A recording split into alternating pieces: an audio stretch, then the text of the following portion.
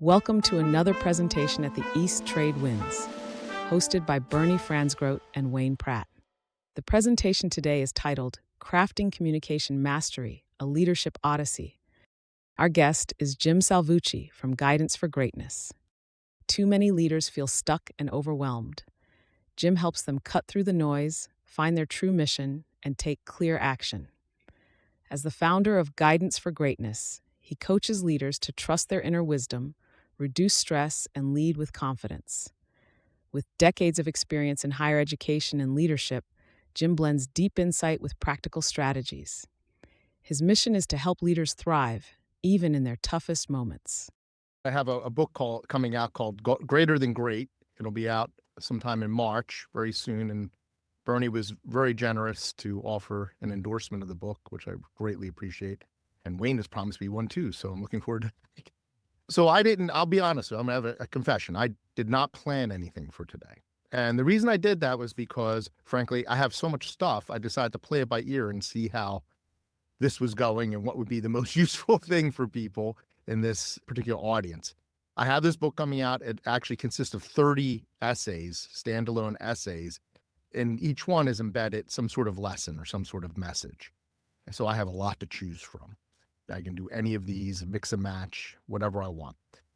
So what I decided while I was listening is one of the most useful things and one of the most underutilized tools, I shouldn't say underutilized, misunderstood tools, overutilized sometimes, is communication. And communication is key to leadership. I'm a leadership coach, right? I'm a leadership consultant. I work with leaders. I've been a leader. I've been a C-suite executive. I've done this stuff. And one of the key tools is communication. You cannot be a leader unless you can communicate. But you can't really do anything unless you communicate. Just as money, cash flow is the lifeblood of a business, communication is the lifeblood of leadership and character, right? It's how we work together. It's what we do. You can't have an organization without communication of some sort, right? Even if you're just tapping out messages on the door of a jail cell, that's communication. Giving a frowny face is communication. Communication takes all kinds of forms, and we don't really understand it. Now, Aristotle had a lot to say about rhetoric, really wonderful stuff. That was a while back, and it's a little bit hard for people to grasp what he said. He broke communication down into three pieces: logos, pathos, and ethos. And all of a sudden I couldn't remember. I'm not going to go into what those are. It's a little complicated, gets a little weird. It's a little hard for 21st century business people to grasp what these things mean. And they don't really apply directly. So I have my own way of looking at communication that I think is much more practical and much more useful. But before we do anything, what I want you to do is, you've heard the story of the boy who cried wolf. Have you heard that story? You know this story. Who wants to give a short recitation of the boy who cried wolf? Any volunteers? Valerie, go ahead. Monday, I rewrote The Boy Who Cried Wolf in photos of Playmobil for my daughter, so I've said it a lot, and it's the repeated lies that no one will believe you when you're telling the truth. Okay. Can you tell us the story? Sure. Yeah, so the boy goes down to the town, and he's like, this is my version of it. So the sheep are out. And he's there helping to watch the flock, and the town runs in, they find out, they say, and they go and they find out the sheep are all there. Next day, next week, goes down, the sheep are out. And the town goes, they get up early, they go out, and he again thinks it's all grand fun. And that there's the sheep are out, and that there's a wolf coming. And there's no wolf. And then on the third time, he goes down, he's on the sheep because he sees wolf. He's, oh, the sheep are out, there's a wolf. And they go, and then nobody goes. They don't believe him, they don't show up, and the sheep die. Okay. So the boy cried wolf. Okay. In a lot of tellings, the boy dies too. The wolf gets him as well. We didn't include in our toddler version. We clean them up a little bit, but yeah. And so a lot of times the boy dies too. All right, great. Thank you, Valerie. I really appreciate that. So what was wrong with the message that the boy was delivering? Anybody? What was wrong with that message? It's bogus. It's a false alarm. It's a false It's flag. false alarm. Yeah, it's a lie, right? He's making he so what we learn from that story is that when you have a message, it has to have something behind it. It has to be real, right? It has to be, frankly, values based. What do you think the values of this boy were? Anybody? Prankster. Loki. Okay. He's the Loki. He's a prankster. He's Bart Simpson. He's just a little brat, right? He has no values. He's just out there for fun. He doesn't take this seriously. When you have a message, it needs to have some value. It needs to be worth something to people. And that is the first key to communication. All right. You need to have a valuable lesson. This is in leadership. This is in life. This is everything we communicate. If you communicate nonsense, if you're a nonsense person like the boy, people don't take you seriously, right? They might believe you first, but not for long. So your message has to have value. You have to be able to say something that people can actually get behind. So let's take the boy who cried wolf and we'll alter the story, okay? This time we'll say that the boy is an honest little boy doing an honest day's work, watching the sheep on the hill, concerned about a wolf, looking on the lookout for a wolf. And the townspeople, though, are a little bit different. Let's say, I don't know, they took out a lot of insurance on the sheep. And quite frankly, the sheep are worth a good deal, but the cash payout might be worth a little bit more right now for them. Maybe their cash flow is off, to go back to that. And they want a little influx of cash. The boy's up on the hill. An actual wolf appears, and he screams wolf. What do you think the townspeople do? Do they come running to help him?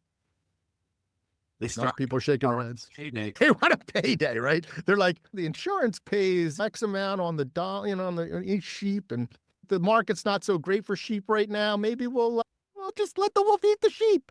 And the little boy, he's collateral damage. So they callously let the sheep die. All right. What do we learn from that in terms? So the boy's message is sound. He's honest. He's got values. The message is sound. What's off in that story? What's missing? It's about the audience. The audience want to hear the message. Okay. The audience is not receptive to the message. It's a message that they don't care for them, but they don't want it. Okay. So And the audience are a bunch of terrible people. back to, but it's hard to control for that. And so, Emma, you put it really well when you said that they just don't want to hear the message, right?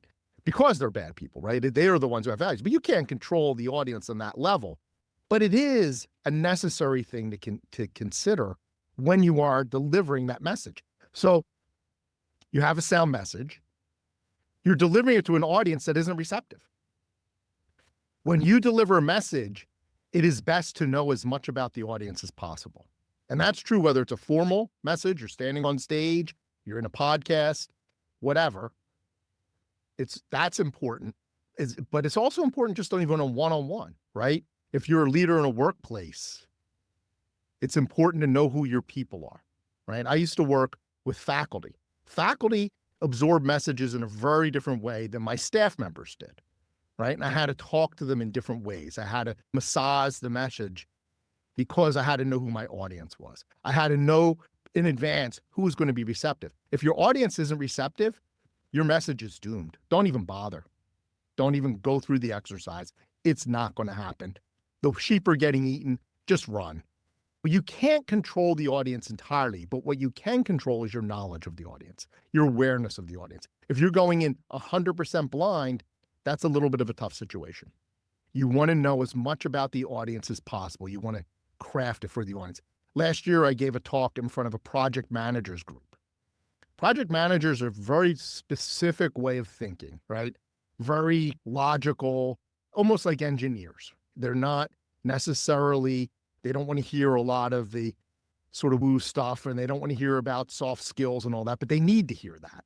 So I talked about soft skills, but I snuck it in ways that they could understand, which went over very well. So you need to craft your message for your audience. So it's not just having a good message, it's also knowing the audience and having them be receptive.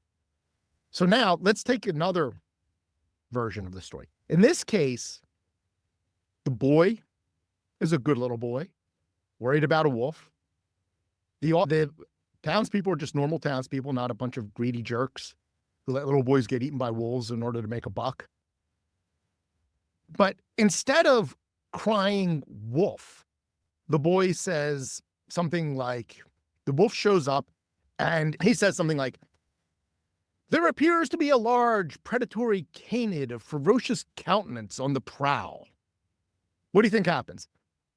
It's a simple folk in a simple town with simple sheep and a simple little boy, and he comes out with this thing, and they're all standing down there at the bottom of the hill going, "What the heck was that?"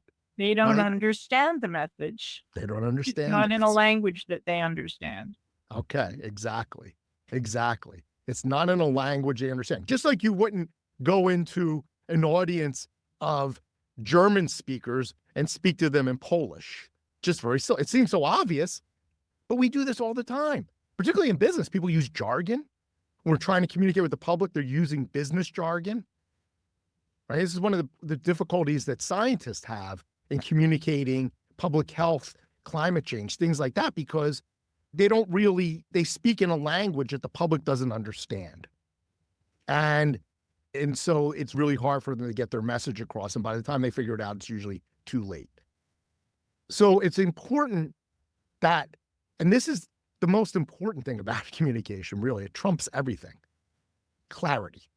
You need to be clear. It doesn't matter how important your message is, how good it is. It doesn't matter how receptive the audience is. If they can't understand it, they can't understand it. This goes for, by the way, sending an email, sending a text message, and putting a lot of typos in, or having it not make sense.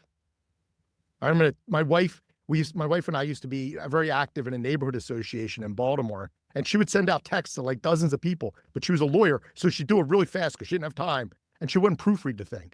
And I call up, I said, "I don't even know what this says." And people would get annoyed. It was confusing. She didn't get her message across. And then by the time she delivered the message properly, people weren't as receptive, by the way.